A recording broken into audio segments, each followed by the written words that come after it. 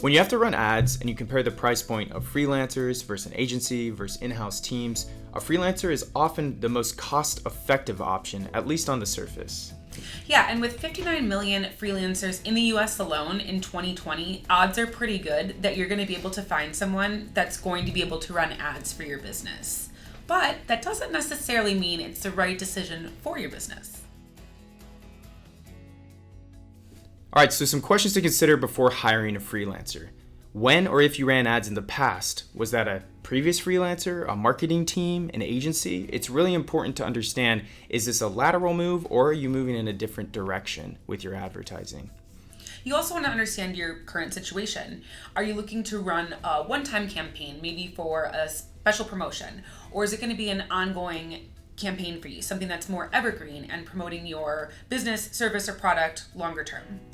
Yeah, and exactly with that point, what is your team structure? Do you have a head of marketing already? Is there somebody at the company who understands your customer acquisition costs, your lifetime value? Because a freelancer for ads is not a freelancer for your head of marketing and understanding how ads works with everything else. So if you don't have these other team members, a freelancer may not be the right fit for you. So when is a freelancer the right solution? I think that if you haven't run ads in the past and you only want to spend a couple grand to test it, a freelancer makes a lot of sense.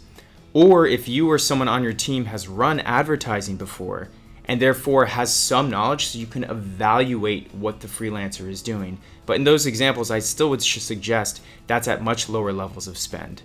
Yeah, and another great idea for a freelancer is if you have a short-term campaign, a freelancer can be a great person who will free up your time, energy, resources, and really be able to take ownership of your ad campaign. Or if you've already validated your product, but you're not ready to really scale up your spend, but you know that you want someone who's going to do a more professional job than what you're currently doing or whatever your current situation is, a freelancer could be a great option. When a freelancer isn't the right fit for you.